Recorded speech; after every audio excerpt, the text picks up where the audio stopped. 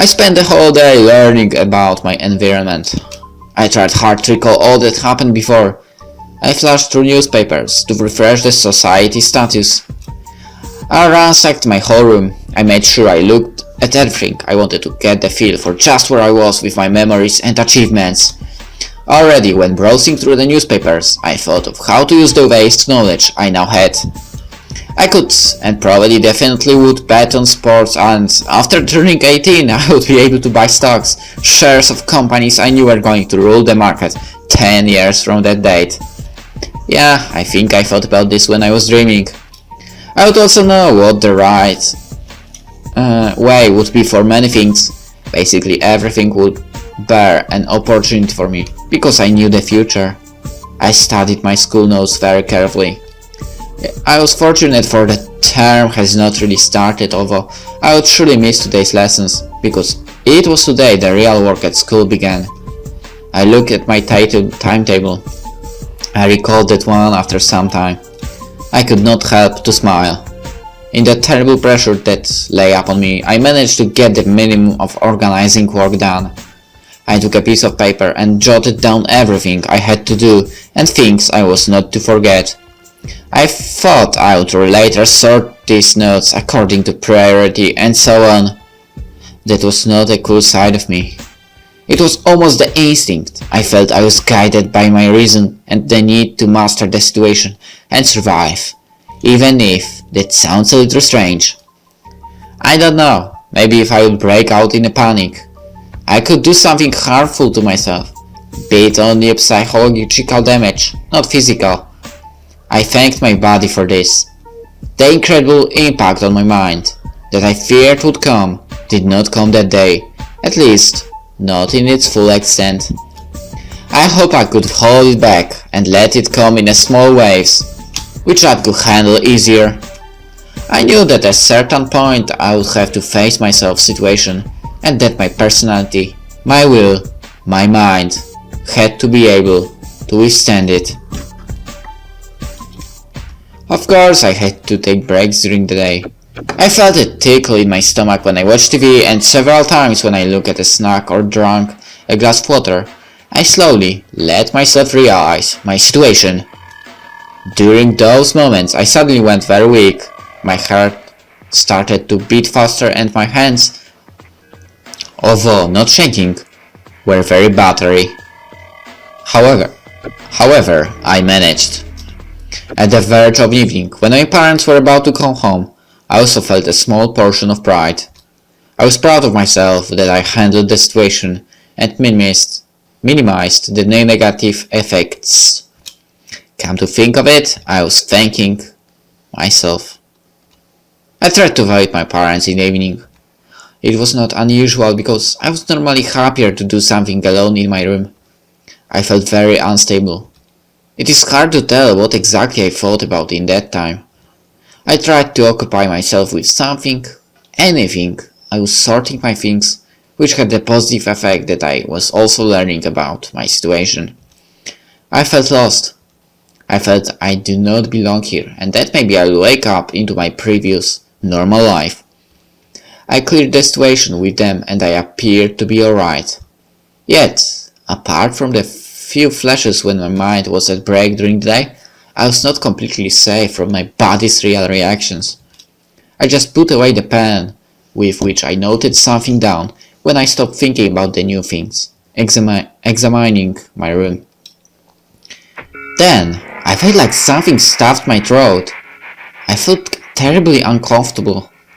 I started to breathe hard and tried to make the feeling go away. I knew it is my body, responding to the tremendous psychological load I had to cope with now. I still managed. However, the night would be terrible. I knew that. I did not want to go to sleep when the evening turns to night. I hope I would be able to cry, because I could let some of the stress out, but I was not sure. There was only this feeling. Sometimes a feeling was so insufficiently clear that my body could not respond to it. It could not identify it as negative, and I could not cry. I was afraid. My current state was one of these. insufficiently clear feelings. One could say I still couldn't believe what happened. That was perhaps some defensive reaction. So I tried to focus on all the good things.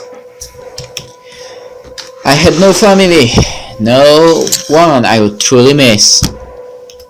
Of course, I had some friends and my parents, but I was living alone. I didn't even have a dog or anything that I could maybe miss. This was like I would move out of the country and start anew somewhere else. I could do it. And it happened to me. So in a way, I was thankful that I was the way I was.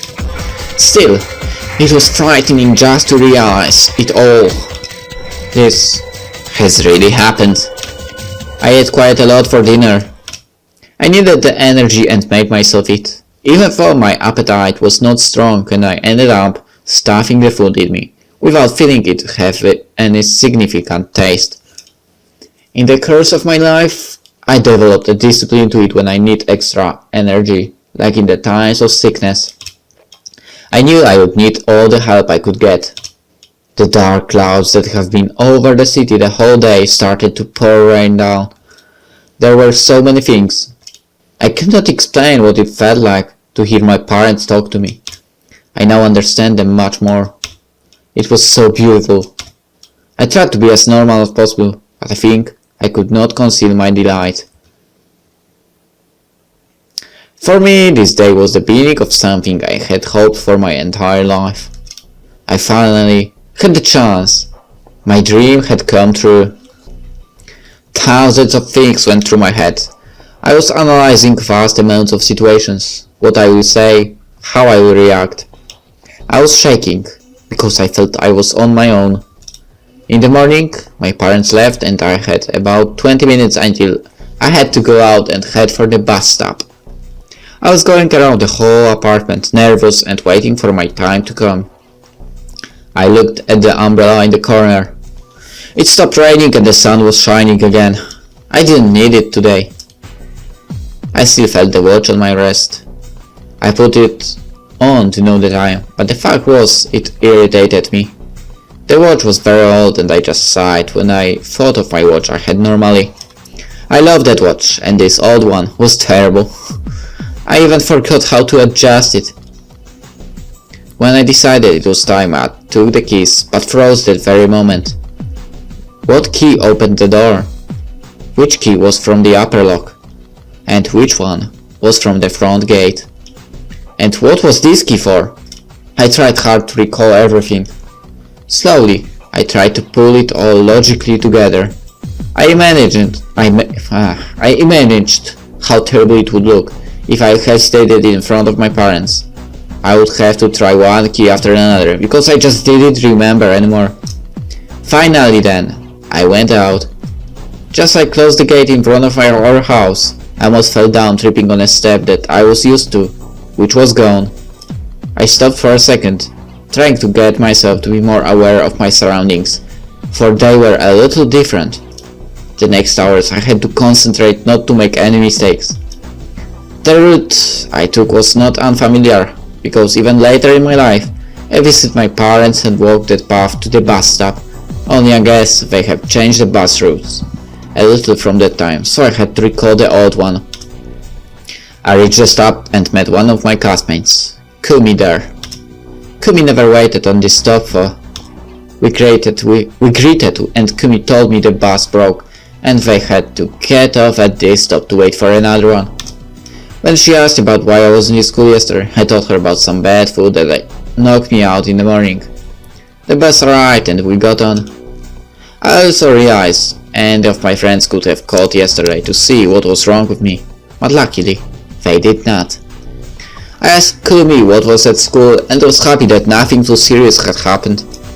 When we got off the bus and I saw our school, with all the people going to the front gate, it was wonderful. We walked towards the main entrance. It was really happening. We even met Tomomi and Mori, my best friend. When we entered the school, we came into the main hall. It was full of announcement boards and school plans. One really needed them at times. The school was really big, and it consisted of several buildings linked together. Some were older and some newer buildings. The latest, I think, was the new gym complex. The school had so many students, it was not uncommon to have 7 or 8 classes in a grade. Although I think this year's second grade students were only divided into 6 classes, A, B, C, D, E, and F. We took the familiar path, upstairs and to the left. I automatically followed Kumi, Tomomi and Mori. They were talking about a show that was on TV yesterday. I had no idea what to say. We continued to make our way to the second floor. I almost forgot the school was so complicatedly built. I hope the teacher doesn't send me somewhere. I'd take an hour to find anything here. Finally then, we reached it. The 2B. I faintly recalled where I sat in the classroom. It would be quite an embarrassment if I would forget. I tried to visualize it at home, and when I came in, apart from seeing everyone, I saw that my memory served me well. That was good. I don't need complications. I did not need. I started a conversation with one of our girls, Nami. We talked about what they did yesterday. I guess I could have just asked Mori, but he was discussing something with Jan. It was so strange seeing all those people again. For one, there was Nami whom I talked to. She was a nice girl, although I always thought she was too good for the group that I was in. I think she could easily keep up with any of the popular girls at our school, but she was a little too shy for it. Me and Mori, no one ever disputed her being beautiful. Then Yoshiko. She was a great friend, and we understood each other quite well. I guess I could talk about anything with her. Did she like me? I didn't know at that time, although it was very nice to be with her, so I didn't really hide it that I liked her as a person. We had a lot of common interests. If I was to pick between Kumi or Yoshiko, I'd have a hard time. Kumi was as friendly as Yoshiko and even seemed to enjoy being around me and well, in our group in a wider sense. We were together a lot, because we lived in the same area and went in the bus to and from school. So we talked a lot, and from time to time I would borrow Kumi's notes when I needed. Akari was relatively quiet and responsible, the person who is typically the class president. But when we got to know her better, she wasn't quiet at all. She was really funny and always has some comment to make, although she still took the serious things seriously. Rin was one of the core members of our group. She was great, in every aspect. In 1 second she was almost unnoticed, the other, she could shine. Me, I had times when I really liked Rin every more than a friend, and then it went away just as easy as it came. It was funny how that could happen, and I was not the only one who thought about Rin that way. Tomomi was more known to Mori to me, because they lived in the same part of the city, just like me and Kumi. The great thing about Tomomi was that you didn't have to watch everything you said.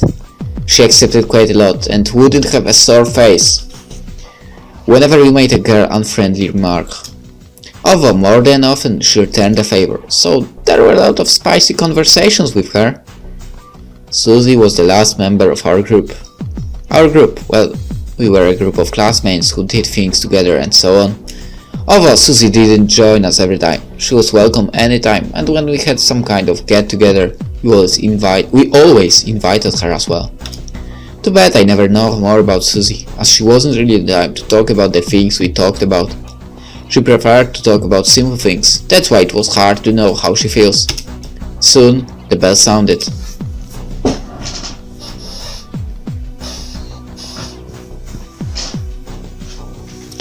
Besides taking out my biology books, oh man, I hated biology. I redid the piece of paper signed by my parents, saying that I had stomach problems, and that I was going to give to our homeroom teacher. Then I took my place. The memories, everything was back now. Really, this was so wonderful. All these great people, all my friends were here now. Still, I had to be careful not to make or say something that might be suspicious. It could easily happen to me. And I knew I would have one or two such situations. It was unavoidable. I think I spelled it wrong. Whatever, I have, however, succeeded in making it seem like everything is alright. I feel like I knew everything. I felt like I knew everything. It became clear to me in its full extent only now. I already knew and remembered most of the knowledge I would be taught the coming 3 years. I could see the connections between facts even that first day. I could see everything from a much wider point of view, a global scope. I could argument in a much more sophisticated way.